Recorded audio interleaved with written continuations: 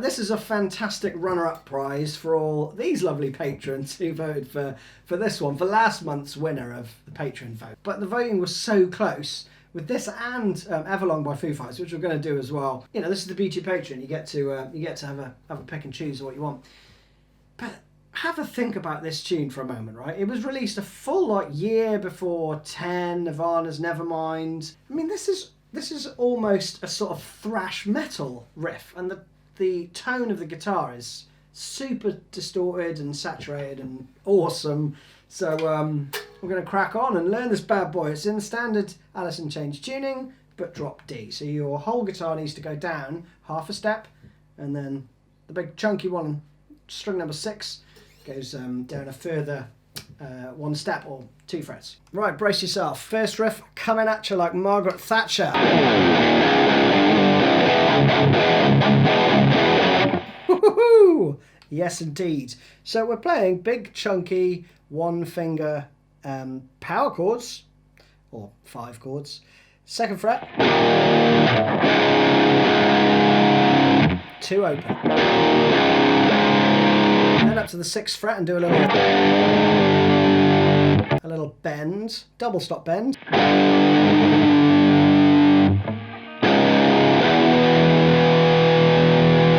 Okay.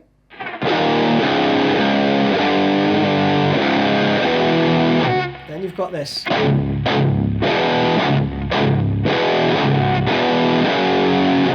Oh, that is good chugging.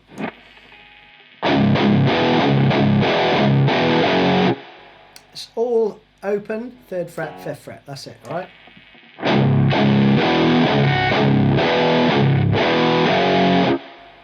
As per tab, right? That is played the 1st, the 3rd, and the 5th time round. The 2nd or the 4th time, the 2nd bar does something slightly different. That's the same, right? But then it's going to play. Which sounds a bit weird when you hear it out of context, but in context, it totally works. Just the phrasing is a bit unusual.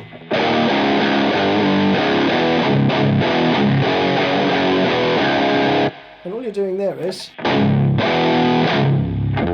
so 0, 3, 0, right? And then you've got the 5th fret. So it's 5th fret, bend up, 5th fret, 3, 0.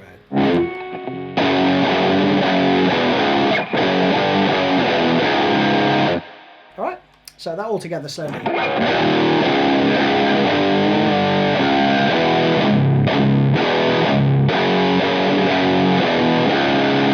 Again.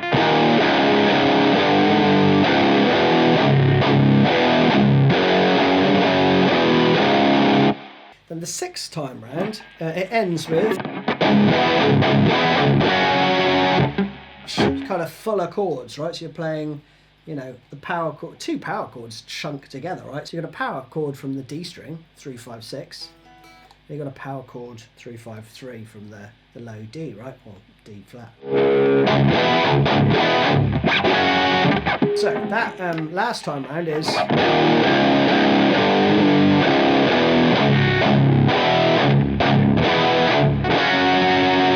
So that's riff 1. Then it goes straight into this it's just such a death metal riff. 2, 3, 4.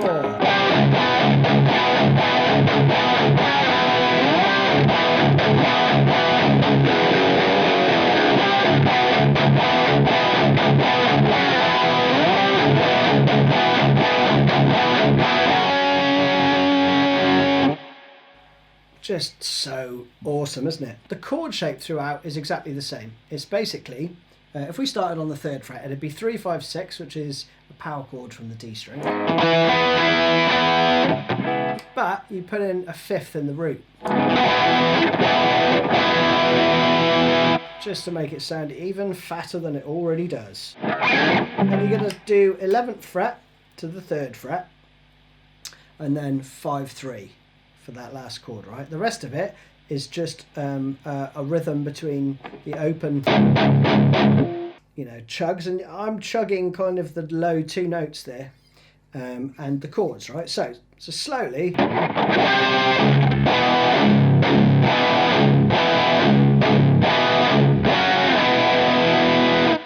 Just tremendous, isn't it? Again.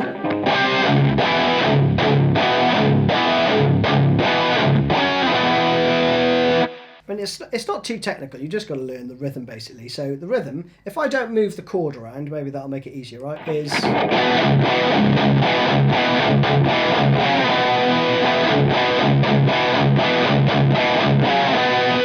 that's the riff, right? But you just add that at the beginning.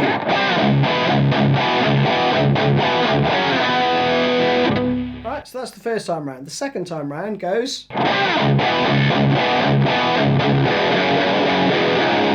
So the second bar of that phrase is.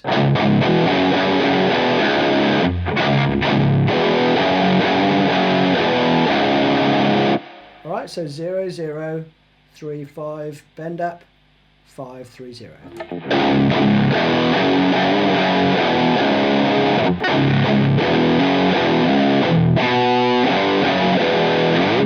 They're in good company, right? It's similar to that Soundgarden tune. Then the fourth time is.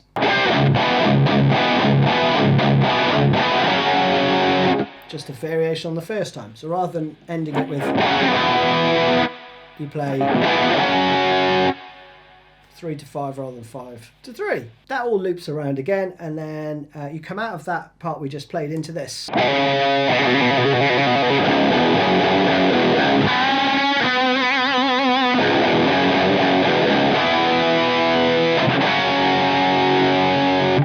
And back around. So what we do in there, we've got a hammer on from the 3rd fret to the 5th on the A. Then you play a trill.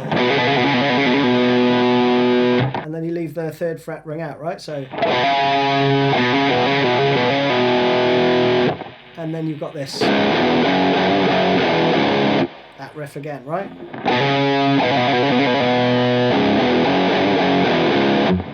Unison bend. With some really wide vibrato.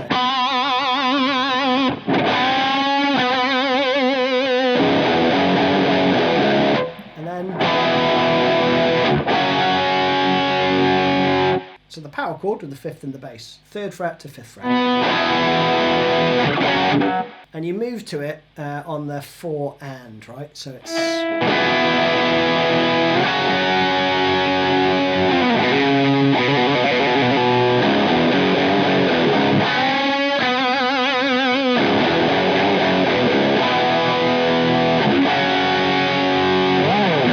Now there's only one other part to show you, which is the solo, and that's awesome. Basically, you start on about the 5th fret with like some tremolo picking. So you do like a bar of that, and then that's a 1.5 step bend. Then you play this next phrase, which is.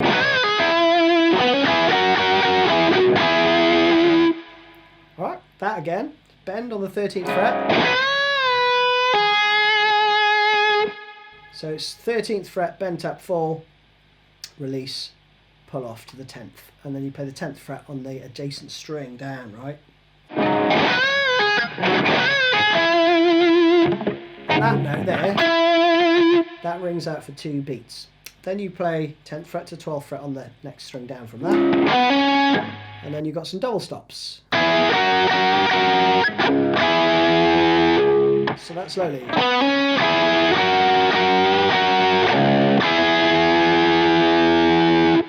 Pretty straightforward. The next bit's quite easy too.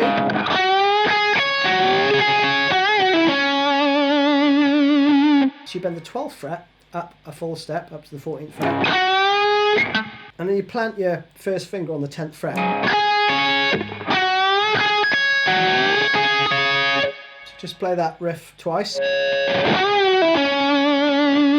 And that is just a bend, release, pull off.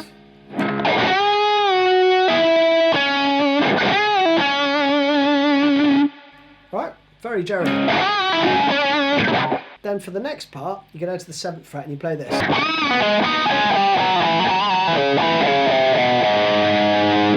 That again.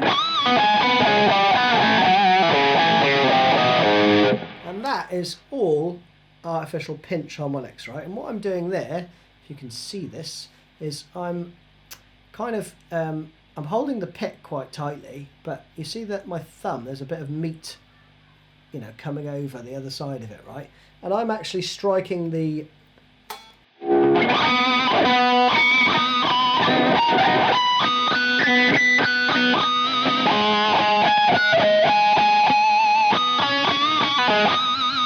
so find on your guitar roughly where, you know, those squeals happen best, and kind of aim for that, because for the whole part of this riff, that's how he picks this.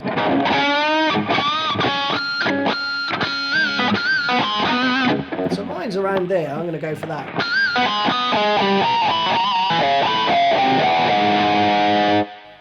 That should get you in the ballpark. Now, slowly, that is standard stuff, right? Full bend, release, pull. In fact, it's not a full bend, so 1.5 step bend. Then, all 8th notes.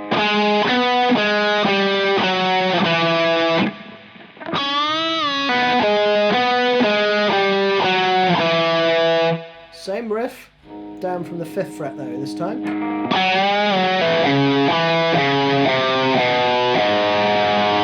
So he's just mimicked that same phrase twice.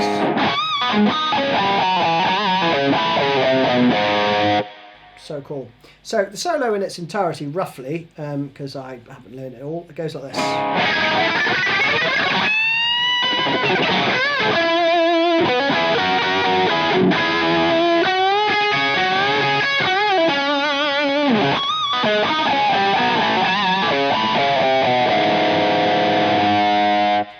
Something like that. And you're going to go through all those same parts that we've learnt, and then it ends with...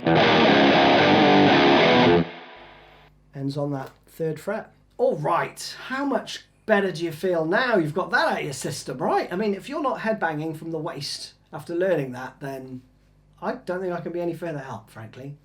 See you later. Cheers, bye-bye.